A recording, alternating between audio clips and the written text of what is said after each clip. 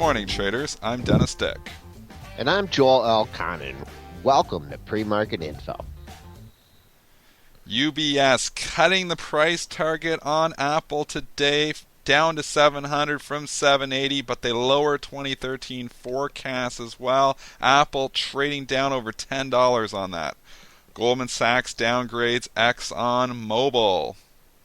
Adobe and Verifone both report earnings. And UTX lowered guidance. And the market is up on all of this news, Joel. Well, if one more analyst cuts Apple, I think I'm going to have to buy like 100,000 shares. They're all downgrading it here. No, we talked about it yesterday. Is it really a downgrade when they cut the price target to 700 from 780? Is that really a downgrade, though? It's not like they cut the price target to 400. They still think it's going to go up 170 points. I don't know. I mean, we try and make sense out of this analyst, and we never can. Was hanging out in the 530s and not getting a bounce. Took it on the chin yesterday before rallying near the close. We got a pre-market low here of 517.48. That coincides with the 6-day low of 518.63. So theoretically, folks, we're still on support. I would have to use that 517.48 low number as a stop out point if I was trying to pick a bottom here, because what's between 518.63 and 505.75? Absolutely nothing. That's where that V bottom was, and that V bottom looks like it might be filled here eventually. Wall Street Journal also reporting, there's always lots of Apple news, but they're also reporting that the launch of the iPhone 5 in China this morning was kind of uneventful. So that's not good news either. So a little bit of bad news here for Apple today. I mean, what can you say? So no one got beat up, or there weren't any riots or anything like that? I didn't report that part, so they just said it wasn't, I think, as hyped up as they thought it might be. But so that's what's got the stock trading down here today. But like Joel was saying, our concern is that there's not much between 518.63 and the 505.75 low. So that makes you think that he might eventually start to test it. It also looks kind of like it's like sitting on a cliff here too, so, and obviously it's breaking down here with the chart even farther, so not love with this Apple. What about on a pop if you wanted to try and short it into strength? I think you got to get it back into the 530s. If it really started to pop, I'd love to see it get back into the 530s again. That's where we found like this whole support the last few days. Now we've broken down through that. You're short, and it's going to be a lot of air everywhere. I'm expecting a 20-point range for fun on Apple in either direction. Maybe it's already had a 10-point range, so I mean I'm not saying much there. But maybe it opens near the low. Maybe it has an initial washout and starts to rally. It's done that in the past, but you know, I'm just scared here on the stock. I think a lot of people, like we were saying on the show the last few days, there was a lot of accumulation going on in the 530s. That means a lot of people are long this stock right now. Short-term traders being long this stock, and those guys are the first to wash out when the going gets tough, and they might be panicking right now and ready to hit the exit button. So could be a washout here, but I kind of we've been saying on the show, I wouldn't be surprised that 505 gets tested, and I wouldn't be surprised they try to take it through 500. I don't know if it's going to happen today, but the sentiment is still it's just got me a little bit scared here on Apple. Right. And if you are trying to pick a bottom in this and you catch a rally, keep an eye on yesterday's low here at 525.80. Maybe throw your order out at 525 to catch it. Above that, if it can really recover, the close, 529.69 to that 530 number should be major resistance. Let's move on here. ExxonMobil getting downgraded at Goldman Sachs today. Stock is trading down 88.15 right now after closing at 88.58.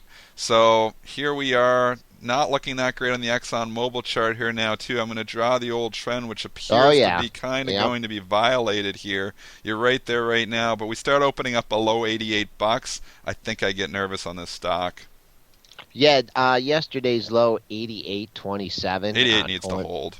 Yeah, 88.27 was the low from yesterday.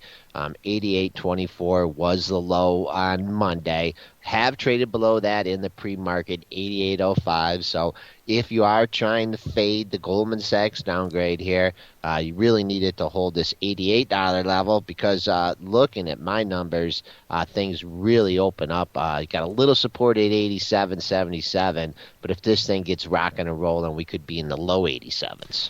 Unlike ExxonMobil, though, when you look at the Chevron chart, it's obviously done quite a bit better. We drew that pennant there just last week, and obviously the stock continued higher. But yesterday, a little bit nervous on the Chevron. It kind of had a reversal day where we kept having higher highs and higher lows. That trend was broken yesterday. We made a new low of the 107.46. I know Chevron's trading up 10 cents here in the pre-market at 108, but I'm nervous here. If this stock starts getting under that 107.46, starts to look a little bit bearish too. Yeah, the only thing of note here is basically the double close area. 107.91 was our close from yesterday.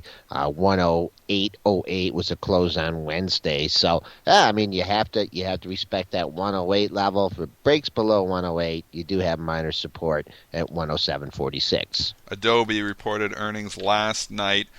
61 cents against estimates of 57. The guidance didn't look great to me. I was surprised. They really rallied the stock. I actually got it up last night as high as 38.18. It's only trading 37 right now, so it's up $1.50. It looks good, but it was a lot higher, trading higher in the after hours. If we go out, though, to the yearly charts, or going back to 2009, I noticed a high on December the 31st up there at 38.20. That after hours high was 38.18. So technical analysis can work even in the after hours. Went right to that level, sniffed it, and then sold back off.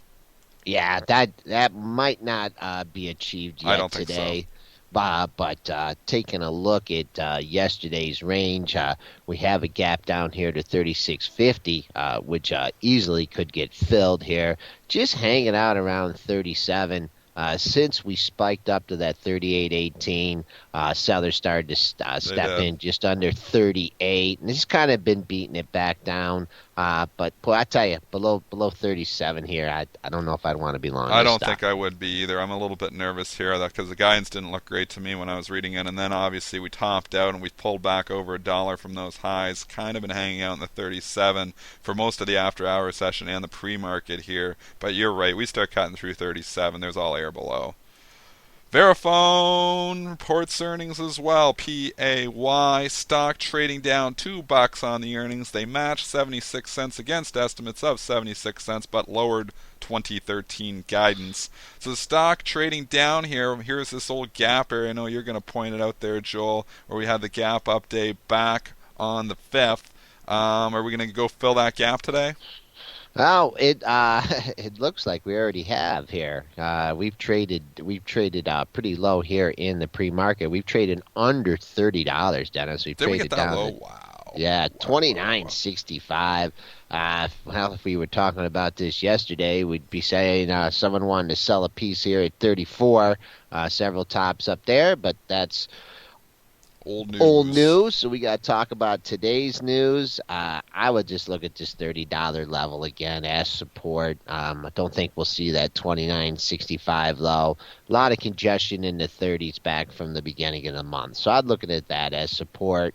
On a rally, it doesn't look like we're going to get back to that 32.80 yesterday's low, but that will be major resistance. United Technologies came out with their guidance as well. It was a bit light, 2013, 585 to 615. They see the streets at 612, so it's kind of a lower, and the stock is trading down on it. We're trading 79.50 right now after closing at 80.37. So here's a low on the 5th. We had 79.34. Below that, I'll leave it up to you. Yeah, very, very little volume, though, associated with this. 1,400 shares. Yeah, so, I mean, but this is not a real heavily traded issue. Keep an eye on that 79.42 low in the pre-market, just hanging out there. Coincides with a couple lows that you had at the beginning of the month. So I consider that not major minor support. Below that, things open up to under the $79 level, perhaps 78.5. But look at this. You could draw a trend line on this, too, man. Kind of broken. That's all we have on all these charts is steep upward trend lines. Yeah, ridiculous upward trend line from our lows in November, and that has broken here now. So, I mean, we're seeing it in a lot of different stocks here, these upward trends. This nervous market's got me a bit nervous. I know we're trading up $1.50, but the news has just not been great on a lot of issues. We had that reversal day when Bernanke started talking there, answering the questions after they announced QE forever. I don't like what the market's feeling overall here, but we'll get to that in a second. Let's just continue with our news stocks. Amgen's raising the dividend, so it's not all bad news here today. Amgen's trading up 44 cents at 89.59. They're raising their dividend 47 cents from 36. Also announced an increase in their share buyback. Here's a trend that's intact, though. If I draw this one for you, it still looks pretty good, that uptrend on Amgen. Yeah, we've spiked up a few times here in the pre-market, getting to 90.16 on one occasion, 90.11 just a few minutes after that. You have that big fat high at 90.81 sticking out there. Before that, 90.35. So getting to over $90, it looks like some people are willing to let go of this stock. Facebook, let's talk about that because we were a day early on it, but it did break out there yesterday above that whole 28.20 area that we talked about, where to get to 28.75. Yeah. So now you can look, 28.88 was the high on the third, 28.75 was the high yesterday. What does this mean? Is this like a double top up there and things can reverse, or do we go up there and take that out today? Boy, I tell you, just when we were thinking that it wasn't ever going to trade back up there, whammo, it goes back up there, pulls back. I mean, I still like this. I still like this 27.45 level. Yesterday's low was 43. Previous day's low was 37. 66 was a low. Maybe 3-day use that low. for a stop. Yeah, there you go. I mean, this thing is just winding up into a tizzy here. I think we're either going to bust below this 27.5 and go back to 20, or break above this 29. It's looking better on the chart though from a long perspective. It's holding in there. Yeah. I tell you, it's really teasing investors here, not breaking out. But on the other hand, it's not breaking down. No, not breaking down either. It would have been nice to see it take out that 28.88 high yesterday. You hate it when it makes that high or misses it by 10 cents, because then now the analysts can come and say it's had a double top there, which is a bearish signal. But as long as it gets up here in the next day, I'd say, and takes out that high that it made, then you can still remain bullish. And like Joel said, look at that 27.37 area as maybe a potential area to lighten up if it gets below. How many analysts talk about double tops except for us? Maybe it's just us. You hear it said though. I hear it said the odd time. So. But who says like, quintuplet tops? You're giving yourself some props there. You like the quintuples and stuff, and 5, 6, 7 of them, octable, and all the other fun stuff too. Google. Let's talk about that. It did break out yesterday. Had a hell of a day. Stock trading up as high as 716 before peeling back to 702. But that chart looks real pretty from a breakout perspective. This could be the pullback to buy. What do you think? Ooh, I don't know. You're scared that it didn't close strong. I think you might be stepping in some doo-doo if you do that. It wasn't a pretty day if you bought the opening print there at 715.92. You got a little bit of daylight, pops up to 716.47, and then sold off pretty hard. I'm still keeping an eye on this 705 level. That was a high. You had a pop at 705.89 on the third. And looking at this chart, I mean, this is a classic 50% retracement of a move. You had the high at 774.38. You had the break below 640 to 636. This whole 50% area is a 705 level.